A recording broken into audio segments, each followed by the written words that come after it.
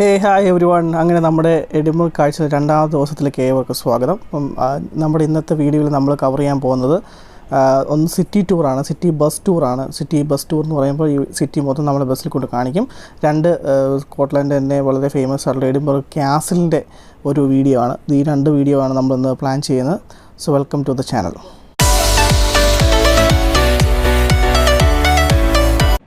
Open bus book ചെയ്യാനായിട്ട് play സ്റ്റോറിലും app സ്റ്റോറിൽ ബസ് ടൂർ എന്നൊരു ആപ്ലിക്കേഷൻ ഉണ്ട്. അത് ഇൻസ്റ്റാൾ ചെയ്തിട്ട് അതിൽ നമുക്ക് എഡിൻബർഗ് ടൂർ എടുക്കാവുന്നതാണ്. അപ്പോൾ അതിൽ 3 തരത്തിലുള്ള ബസ്സുകളുണ്ട്. ടോട്ടൽ സിറ്റി ടൂറുണ്ട്, റീഗൽ ടൂർ എന്നൊരു ഉണ്ട്. അങ്ങനെ ടോട്ടലി മൊത്തത്തിൽ 3 തരത്തിലാണ് ബസ്സുള്ളത്. ബസ്സിൻ്റെ ചാർജ് ഏകദേശം വരുന്നത് 18 പൗണ്ടാണ്. സീനിയറിനാണെങ്കിൽ 16 പൗണ്ടും, നാട്ടിൽ ഏകദേശം 1800 രൂപ. പിന്നെ കുട്ടികൾക്ക് തീർത്തും ഫ്രീ ആണ് ബസ്സിലെ ചാർജ്.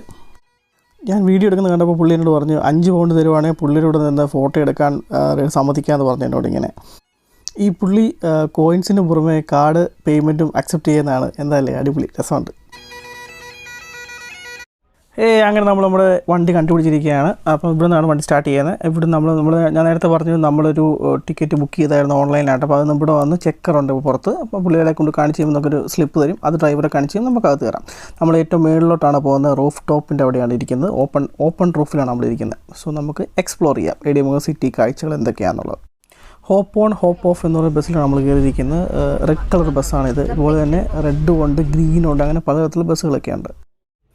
അങ്ങനെ നമ്മുടെ യാത്ര ഇവിടെ ആരംഭിച്ചിരിക്കുകയാണ്. അപ്പം കയറുന്ന സമയത്ത് നമുക്ക് ചെറിയൊരു ഹെഡ്സെറ്റ് തരും. ആ ഹെഡ്സെറ്റ് നമുക്ക് സീറ്റിൻ്റെ അവിടെ ഒരു ഡിസ്പ്ലേ പോലെ ചെറിയ സാധനമുണ്ട്. അപ്പോൾ അതിൻ്റെ അടിയിൽ കുത്തിവെച്ച് കഴിയുമ്പോൾ നമുക്ക് കേൾക്കാം. അതായത് ഓരോ സ്ഥലത്തെ എന്തൊക്കെയാണ് പ്രത്യേകതകൾ. അത് മാത്രമല്ല, ഇംഗ്ലീഷിൽ മാത്രമല്ല പല യൂറോപ്യൻ ഭാഷകളിലും ഈ ലാംഗ്വേജ് നമുക്ക് കേൾക്കാനായിട്ട് സാധിക്കും.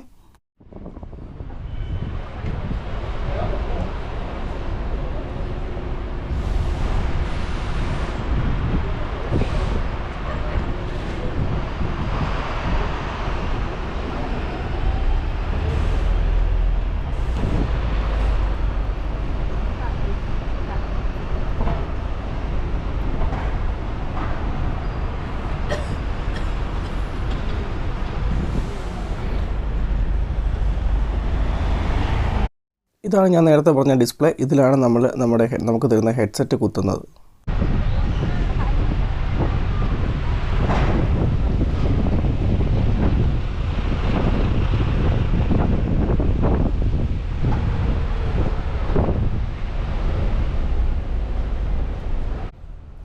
അങ്ങ് ദൂരെ മലമുകളിൽ കാണുന്നതാണ് എഡിൻബർഗ് ക്യാസിൽ. നമ്മൾ അങ്ങോട്ടേക്കുള്ള യാത്രയിലാണ്. അപ്പോൾ പോകുമ്പോഴുള്ള കാഴ്ചകളാണ് നമ്മൾ കണ്ടുകൊണ്ടിരിക്കുന്നത്. പിന്നെ അതുമാത്രമല്ല, ഈ ബസ്സിൻ്റെ ഏറ്റവും വലിയ പ്രത്യേകത എന്ന് പറഞ്ഞാൽ നമുക്ക് 24 hours ആക്സസിബിൾ ആണ്. അതായത് നമ്മൾ ടിക്കറ്റ് എടുത്തു കഴിഞ്ഞാൽ നമുക്ക് 24 മണിക്കൂർ ആക്സസിബിൾ ആണ്. അതുമാത്രമല്ല, നമുക്ക് ഏത് സ്റ്റോപ്പ് പോയാലും ഇറങ്ങാം. ഇപ്പം ഓരോ സ്ഥലത്തും ഓരോരോ പ്രത്യേകതകളുണ്ട്. ഈ ബസ് നിർത്തുന്ന ഓരോ സ്ഥലത്തും ഓരോ പ്രത്യേകതകളുണ്ട്.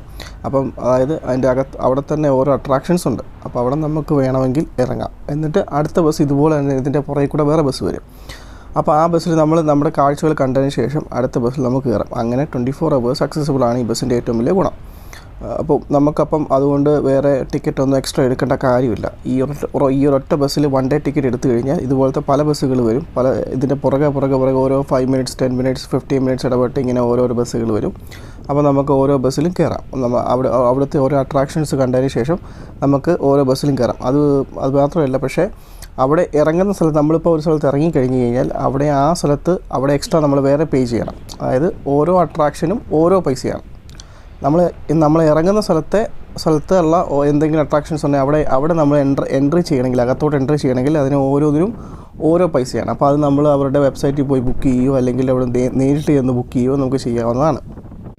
ഈ എഡിൻബർഗ് സിറ്റിയുടെ പ്രത്യേകത എന്ന് പറഞ്ഞാൽ ഇവിടുത്തെ സിറ്റി അല്ലെങ്കിൽ ഇവിടുത്തെ ബിൽഡിങ്ങുകൾസ് എല്ലാം ഈ പഴയ കാര്യങ്ങളെ കുറിച്ചാണ് ചെയ്തിരിക്കുന്നത്. അതായത് കല്ലുകൊണ്ടുള്ള ബിൽഡിങ്ങുകളെ അങ്ങനെ നമുക്ക് നേരിട്ട് വരുമ്പോൾ കാണാൻ സാധിക്കും. ഇവിടെ അങ്ങനെ 1-2 ബിൽഡിങ്ങുകൾ പുതിയ ബിൽഡിങ്ങുകൾ വന്നിട്ടുണ്ടെങ്കിൽ പോലും കൂടുതലും ഈ പഴയകാല രീതികളൊക്കെയാണ്. നമ്മൾ ഈ ഫോട്ടോയ്ക്കകത്തൊക്കെ കാണുന്ന പോലൊക്കെ തന്നെയുള്ള ഈ സ്റ്റോൺ കൊണ്ട് നിർമ്മിച്ചിട്ടുള്ള നിങ്ങൾക്ക് കാണാൻ സാധിക്കും. നമ്മുടെ ലെഫ്റ്റും റൈറ്റും ഉള്ള ബിൽഡിങ്ങുകളെ കണ്ടാൽ കുഞ്ഞു വഴികളെ, കുഞ്ഞു സ്ഥലങ്ങളെ, അങ്ങനെയൊക്കെയാണ് ഇതിൻ്റെ പ്രത്യേകത. അപ്പോൾ വളരെ നമ്മുടെ കണ്ണിന് നല്ലൊരു കാഴ്ചയാണ് എഡിൻബർഗിൽ കൂടെയുള്ള ഈ യാത്ര എന്ന് പറയുന്നത്. ഈ ബസ് യാത്ര എന്ന് പറയുന്നത് നല്ല ചുറ്റുമുള്ള നല്ല യാത്രയാണ്. അത് മാത്രമല്ല ഇങ്ങനെ ഓരോ സ്ഥലത്തും നമുക്ക് ഓരോ പ്രത്യേകതകളുണ്ട്. അപ്പം നമുക്ക് ആ ഹെഡ്സെറ്റ് വെച്ച് നമുക്ക് മനസ്സിലാവും. ആ ഹെഡ്സെറ്റിനകത്ത് പറയും. ഇപ്പം ഇതിനകത്ത് പറയുന്നത് ഒരു ഡോഗിനെ കുറിച്ചാണ് പറഞ്ഞുകൊണ്ടിരിക്കുന്നത്. ഒരു ഡോഗ് വന്നിരുന്നു എന്നുള്ളത് അതിൻ്റെ ഒരു സ്പോട്ടാണ്. അപ്പോൾ അത് അതിൻ്റെ ഒരു റെസ്റ്റോറൻറ്റ് പോലെ ആക്കിയെടുത്തു. അങ്ങനെ ഓരോ പ്ലേസിനും ഈ ബസ് നിർത്തുന്ന ഓരോ സ്റ്റോപ്പിനും ഓരോ പ്രത്യേകതകളുണ്ട്. അത് നമുക്ക് ആ ഹെഡ്സെറ്റ് വെച്ച് നമുക്ക് മനസ്സിലാവും. അപ്പം ഇതാണ് ഞാൻ പറഞ്ഞ ആ ബിൽഡിങ്ങുകളൊക്കെ ആണെങ്കിൽ തന്നെ വളരെ പഴയ കാലത്തെ ബിൽഡിങ്ങുകളൊക്കെയാണ്. ഇപ്പം സ്റ്റോൺ കൊണ്ടുള്ള പ്രത്യേകതയൊക്കെ നമുക്ക് കാണാൻ സാധിക്കും.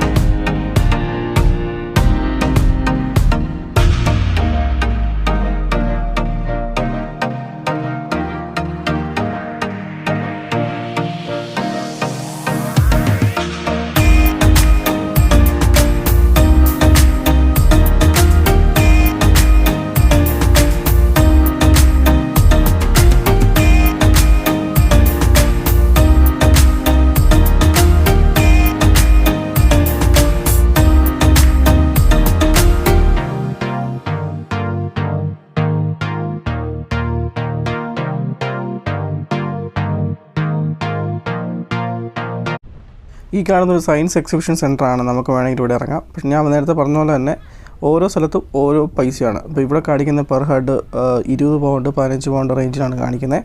അപ്പോൾ നമുക്ക് വേണമെങ്കിൽ ഇവിടെ ഇറങ്ങാം. എന്നിട്ട് ഇവിടുത്തെ കാഴ്ചയിൽ കണ്ട് അടുത്ത ബസ് ഇതുപോലെ വരും. നമ്മൾ ടിക്കറ്റ് വീണ്ടും സ്കാൻ ചെയ്ത് അടുത്ത ബസ് കയറാവുന്നതാണ്.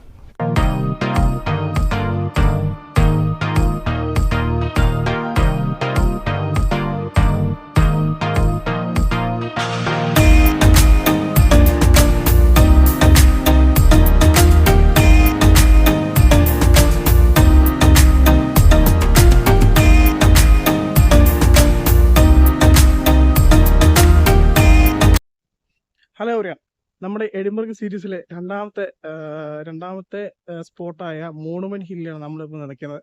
അപ്പോൾ ഇവിടെ നിന്ന് കഴിഞ്ഞാൽ ഈ സിറ്റിയിലെ മൊത്തം വ്യൂ നമുക്ക് ഏറ്റവും മണ്ടയ്ക്കാരെ കാണാനായിട്ട് സാധിക്കും. അപ്പോൾ ഞാനിവിടെ നിൽക്കുന്നത് ഏറ്റവും മുകളിലാണ് നിൽക്കുന്നത്. അങ്ങനെ നമ്മൾ 1 മണിക്കൂർ യാത്രയ്ക്ക് ശേഷം നമ്മൾ മോണുമെൻറ്റ് ഹില്ലിൽ എത്തിയിരിക്കുകയാണ്. അപ്പോൾ നമ്മൾ അങ്ങോട്ടേക്ക് പോകാം. അപ്പം അവിടെ എന്തൊക്കെയോ ആൾക്കാർ കുറച്ച് ഒരു തടിച്ചുകൂടി നിൽക്കുന്നുണ്ട്. നമുക്ക് നോക്കാം എന്താണ് അവിടെ ആൾക്കാർ കൂടി നിൽക്കുന്നതിൻ്റെ കാര്യം എന്താണെന്ന് നോക്കാം. ഇതിൻ്റെ മേളിൽ എല്ലാവരും കൂടെ കയറാനുള്ള ശ്രമത്തിലാണ്. കാരണം നമ്മൾ നോക്കുമ്പോൾ ഇത് വളരെ ചെറുതായിട്ട് തോന്നുന്നു, പക്ഷേ അടുത്തേക്ക് ചെല്ലുമ്പോൾ ഇതിൻ്റെ ആ ഫസ്റ്റ് സ്റ്റെപ്പ് ഇരിക്കുന്നത് നല്ല ഹൈറ്റിലാണ്. അത് മാത്രമല്ല നമ്മൾ കാല് വെച്ച് കഴിയുമ്പോഴത്തേനും നമുക്ക് അതിനുള്ള ഗ്രിപ്പ് കിട്ടാൻ ഇച്ചിരി ബുദ്ധിമുട്ടാണ്. അപ്പോൾ അത് കയറാനുള്ളട്ടുള്ള ബത്തപ്പാടിലാണ് എല്ലാവരും. അതിന് തൊട്ടടുത്തതിനായിട്ടുള്ള വേറൊരു മോണുമെൻ്റാണ് ഇതിനിപ്പോൾ കാണുന്നത്, നെൽസൺ മോണുമെൻറ്റ്. പക്ഷേ ഇതിൻ്റെ അകത്തും വീണ്ടും ഒരു ടിക്കറ്റ് ഉണ്ട്. 15-20 പൗണ്ട് ഇവിടെയും ചിലവാകുന്നുണ്ട്. അപ്പോൾ അതുകൊണ്ട് എല്ലാം കൂടെ ചെയ്ത് കഴിഞ്ഞാൽ നമ്മുടെ പോക്കറ്റിലെ കീശ കാലിയാവുന്നത് കൊണ്ട് ഞാൻ അവിടം വരെ ചെന്നു, അതേപോലെ തന്നെ തിരിച്ചേക്ക് പോന്നു.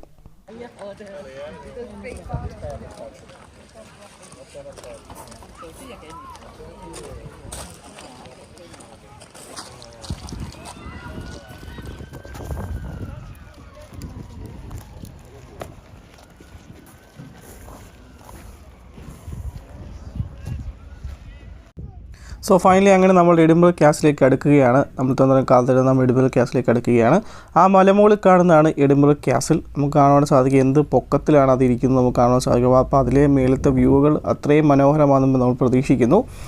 അങ്ങനെ നമ്മുടെ ടിക്കറ്റും കാര്യങ്ങളെല്ലാം നമ്മുടെ കയ്യിലുണ്ട്. അവിടെ ചെന്ന് സ്കാൻ ചെയ്യാൻ, അതിൽ എന്നുള്ള പ്രൊസീജിയർ പോലെ തന്നെ സ്കാൻ ചെയ്യുക, അകത്തോട്ട് കയറുക. അങ്ങനെ ആയിരിക്കും. വളരെ മനോഹരമാണ്. നമ്മൾ ഈ ബസ്സിൽ നിന്നുള്ള കാഴ്ച, അതായത് അങ്ങ് ദൂരെ നിന്ന് ഈ എഡിൻബർഗ് കാസിലേക്കുള്ള കാഴ്ച തന്നെ വളരെ മനോഹരമാണ്. അങ്ങ് ഏറ്റവും മുകളിലാണ് ഇതിരിക്കുന്നത്. എഡിൻബർഗ് കാസിലേക്കുള്ള ക്യൂ ആണ് നമ്മൾ കണ്ടുകൊണ്ടിരിക്കുന്നത്. അപ്പം നമ്മുടെ കയ്യിലുള്ള ടിക്കറ്റ് ജസ്റ്റ് സ്കാൻ ചെയ്യുക, കയറി പോകുക, ദാറ്റ്സ് ഇറ്റ്. പിന്നെ ക്യാമറയ്ക്ക് അങ്ങനെ റെസ്ട്രിക്ഷൻസ് ഒന്നുമില്ല, അങ്ങനെ കുഴപ്പങ്ങളൊന്നുമില്ല. ക്യാമറ നമുക്ക് യൂസ് ചെയ്യാൻ കുഴപ്പമൊന്നുമില്ല. പിന്നെ എൻ്റെ ബാക്കിലൂടെ നമുക്ക് കാണാൻ സാധിക്കും എന്തായാലും വലിയ കൺസ്ട്രക്ഷൻ നടന്നുകൊണ്ടിരിക്കുകയാണ്. എന്തോ ഓഡിറ്റോറിയം പോലത്തെ എന്തോ കൺസ്ട്രക്ഷൻ നടന്നുകൊണ്ടിരിക്കുകയാണ്.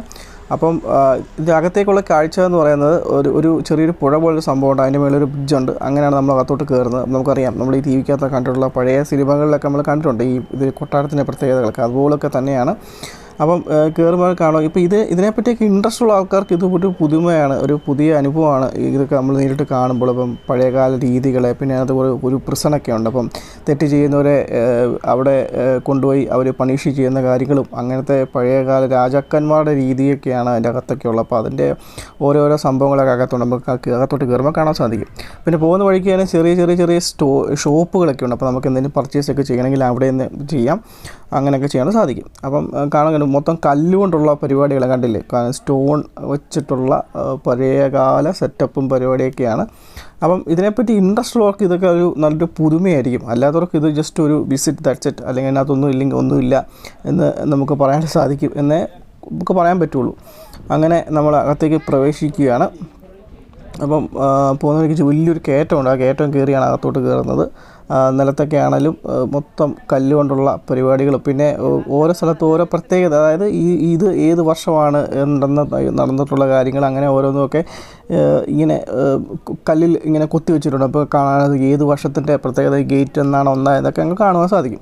അത് മാത്രമല്ല നമുക്കൊരു പേഴ്സണലായിട്ടൊരു ഗൈഡ് വേണമെങ്കിൽ നമ്മൾ എക്സ്ട്രാ പേയ്മെൻറ്റ് കൊടുത്തു കഴിഞ്ഞാൽ നമുക്ക് നമ്മുടെ കൂടെ ഒരു ഗൈഡ് ഉണ്ട്. അല്ലെങ്കിൽ നമ്മളൊരു ഗ്രൂപ്പിൽ അവർ നമ്മളിടും. എന്നിട്ട് ആ ഗ്രൂപ്പിൽ അവർ എക്സ്പ്ലെയിൻ ചെയ്യും ഇവിടെ എന്തൊക്കെ പ്രത്യേകതകളുണ്ട്, ഇവിടെ എന്തൊക്കെയാണ് അതിൻ്റെ ഹിസ്റ്ററികൾ, അങ്ങനെ എല്ലാ കാര്യങ്ങളും അവർ ഇതിൽ നമ്മളോട് എക്സ്പ്ലെയിൻ ചെയ്തതായിരിക്കും. നമുക്ക് വേണമെങ്കിൽ അങ്ങനെയും ട്രൈ ചെയ്യാം.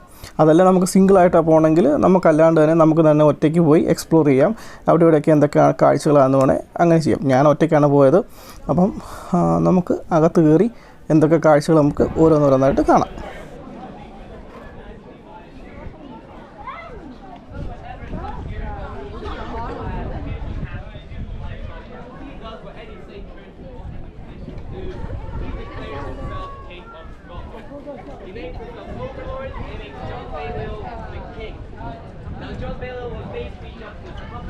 And he got the nickname the Tom Bar.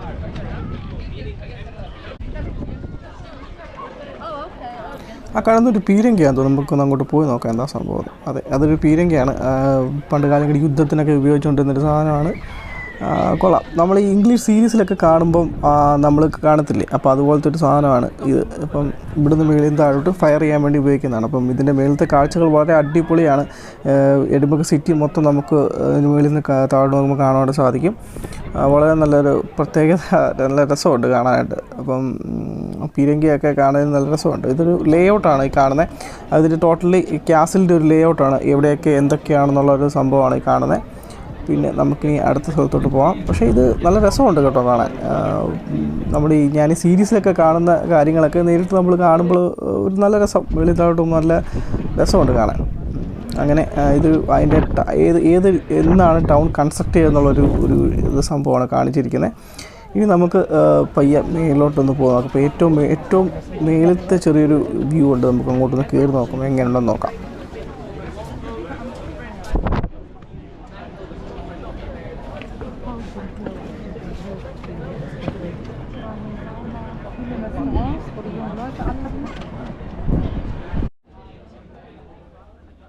ഈ കാണുന്ന സ്റ്റെപ്പ് വഴിയാണ് അവർ ആയുധങ്ങൾ കൊട്ടാരത്തിലേക്ക് എത്തിച്ചുകൊണ്ടിരുന്നത്. വലിയ വലിയ ആയുധങ്ങളൊക്കെ ഈ സ്റ്റെപ്പ് വഴിയാണ് അവർ എത്തിച്ചുകൊണ്ടിരുന്നത്.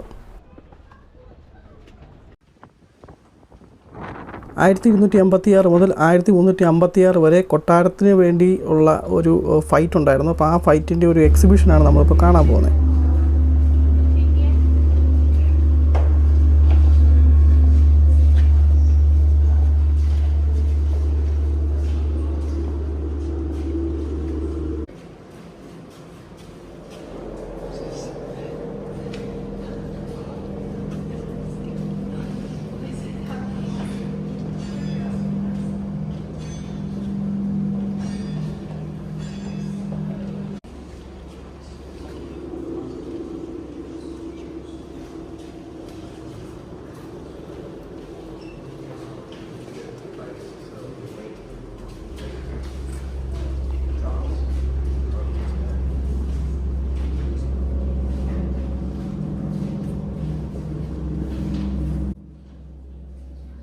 ഈ കാണുന്ന ആ കാലത്തെ ഏറ്റവും പവർഫുൾ ആയിട്ടുള്ളൊരു വെപ്പണാണ്.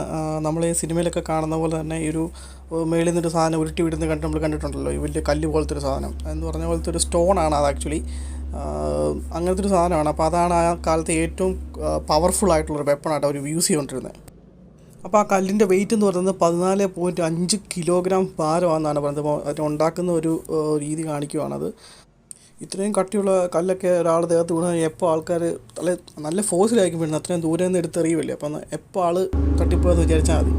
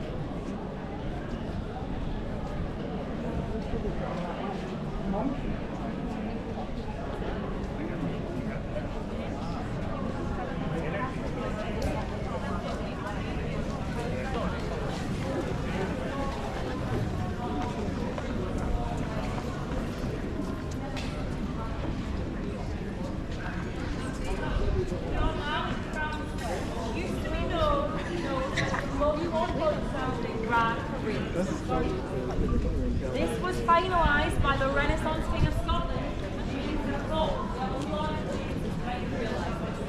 Now James IV, the Renaissance King, is crowning. ഇനിയുള്ള നമ്മുടെ യാത്ര കൊട്ടാരത്തിൻ്റെ അകത്തോട്ടാണ്. അകത്ത് ഒരു സോഡ്, ഒരു വാൾ വെച്ചിട്ടുണ്ട്. അപ്പോൾ അത് കാണാനുള്ള ഒരു അകത്തോട്ടുള്ള യാത്രയാണ്. അപ്പോൾ അതിനുവേണ്ടിയാണ് ഈ ആൾക്കാരൊക്കെ ക്യൂ നിൽക്കുന്നത്. അപ്പോൾ പക്ഷേ ഒരു പ്രശ്നം എന്താണെന്ന് വെച്ചാൽ അകത്ത് ക്യാമറ ഒന്നും അലൗഡ് അല്ല. ഫോട്ടോഗ്രാഫി സ്ട്രിക്ട്ലി പ്രൊഹിബിറ്റഡ് എന്നാണ് പറഞ്ഞിരിക്കുന്നത്. അതുകൊണ്ട് നമുക്ക് ഒരു രക്ഷയില്ല. അപ്പം ഞാൻ ആ വാളിപ്പോൾ കണ്ടിരുന്നു. ഒരു വലിയൊരു വാൾ അവരിങ്ങനെ സംരക്ഷിച്ച് ചെയ്ത് വെച്ചിരിക്കുകയാണ്. അന്നത്തെ കാലത്ത് യൂസ് ചെയ്തൊരു ഒരു സ്വർണ്ണ കളർ ഒരു വാൾ ഇങ്ങനെ സംരക്ഷിച്ച് ചെയ്ത് വെച്ചിരിക്കുകയാണ്. അതാണ് അതിൻ്റെ അകത്തുള്ളത്.